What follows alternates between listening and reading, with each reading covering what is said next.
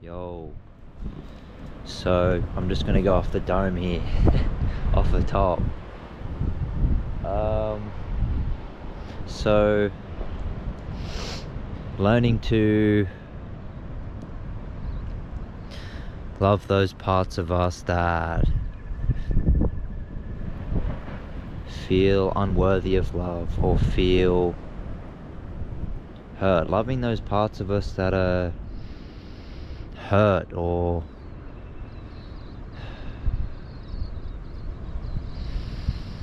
in pain, right? Man, I know what it can be like to just be in that darkness, right? In that hurt, man. Like, it can be a lot. It can be, man, I really empathize with anyone that's just feels hurt, man. Like, I understand how hard life can be and how hard, life can just kick you up the arse. So we have a choice, though. We have a choice to start healing ourselves, or we can go further down the victim path, and we can go further down perpetuating cycles of that hurt and putting that on other people. And that's how we got hurt in the first place, is by other people, right? Other people were hurt and they put that hurt on us, right? That's how trauma works. So do we want to perpetuate those cycles? We can see what other people did to us, and we can choose to not want to do that to anyone else, or we can choose to join in on the cycle. So, and that takes a radical mindset, and that takes a lot. It takes you to learning to love those parts that are hurt. And that's not easy. And it's not like you can just sit there and go, like, sit in these feelings of hurt and just say, oh, I love you, and that's it, right? It's so much more than that. And it's a long process, because learning to love those parts requires you to have that self-love, and it takes removing a lot of conditioning and old beliefs, right? But even if we can start with just having compassion for ourselves, right? Being able to see that we're hurt, right? We're hurt, and that other people hurt us out of their own hurt. And yes, we can blame others, but can you have compassion for others and seeing that they're in the same cycle you're in, right? They may have done horrendous things to you. People might have done horrendous things to you, but they did those horrendous things out of someone else doing the exact same thing, or doing something horrendous to them, and then they were hurt, and out of that trauma they chose to perpetuate that cycle or join in on that cycle. So do you want to break that cycle, or do you want to perpetuate it as well? And when you don't look at your traumas, right, naturally that bleeds in the external, that reflects externally, and you put it on other people. And that's how conditioning works, right? That's how your parents, right? That's the ancestral cycle.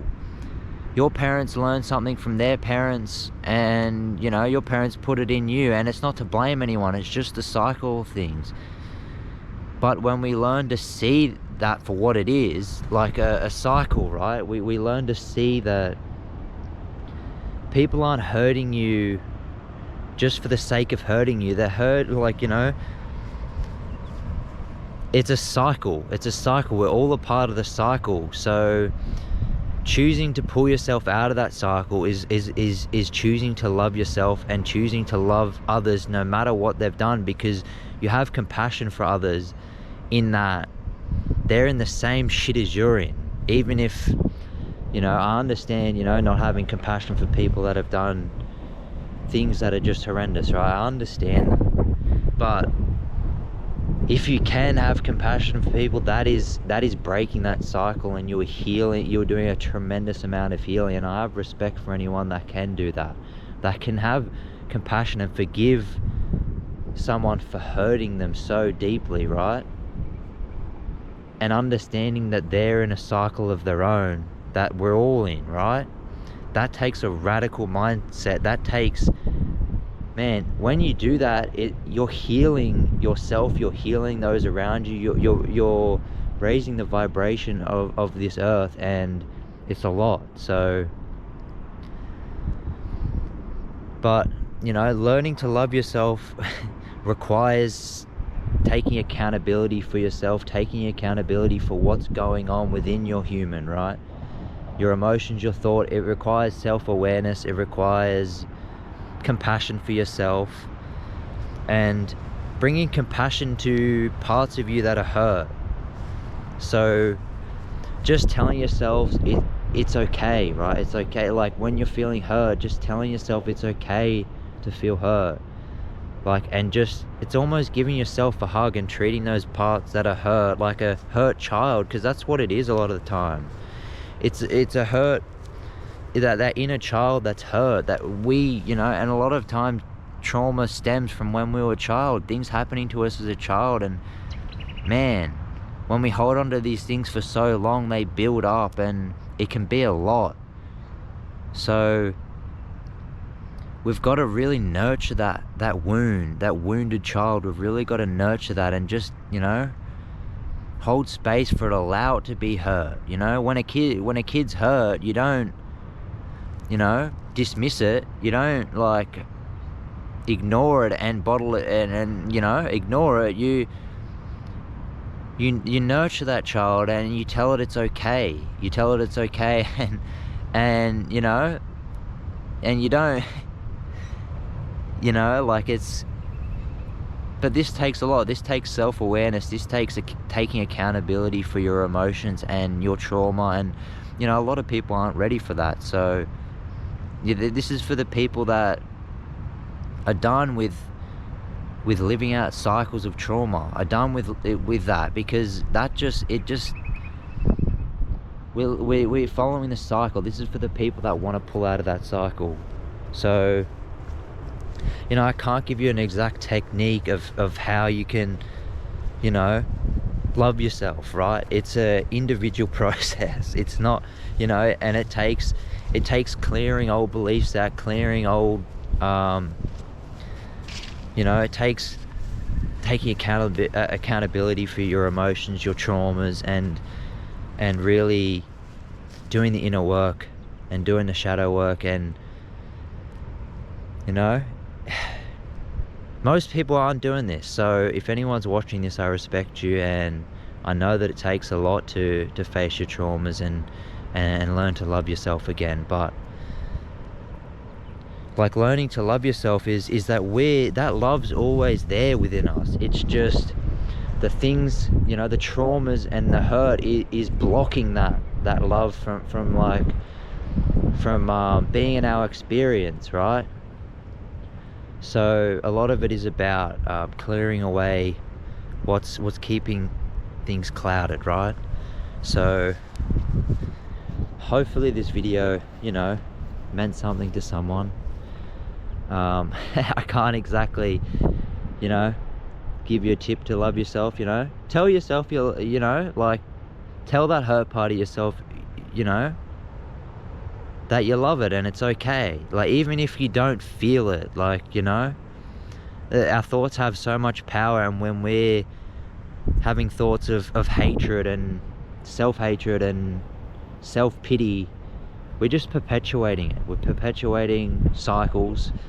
So it takes a radical mindset to pull ourselves out of that. And if that requires you to tell yourself you love yourself, then, you know, do that. Even if you don't feel it and it feels weird, right? Just do it. And, you know, if anyone thinks this is weird, that telling yourself you love yourself, man, you know, like, man, we're living in a crazy world because if that's weird, man, like, you know, mate, I don't know, but we should all be loving ourselves. We should all be working on loving ourselves. That's how I feel, at least, you know, that's how I feel. I couldn't care what anyone else says. That, you know, I'm loving myself, and not in an obsessive way, not in the way I look. It's how I feel, because I've done so much work on myself, and I've pulled so much out of me that's been conditioned into me, and trauma and hurt, like, you know. So I like, now that I've come out of that, and out of a lot of that, you know, darkness, I have more love in my heart, and I can tell myself I love myself, you know. I can be in love in my heart, and I couldn't care what anyone else says. Like, you know, I don't need anyone else to tell me they love me for me to feel loved, right? Because I've done my inner work. I've cleared out a lot of those insecurities that tell yourself that you're not worthy of love, or that, you know, that keep you, you know, chasing love, right? I don't need to chase love, man. I've got it right here. I've got it right here. And when you have it right here, I'm telling you, love comes to you. Love comes to you. All right. That's enough, man. That's enough. All right, see ya.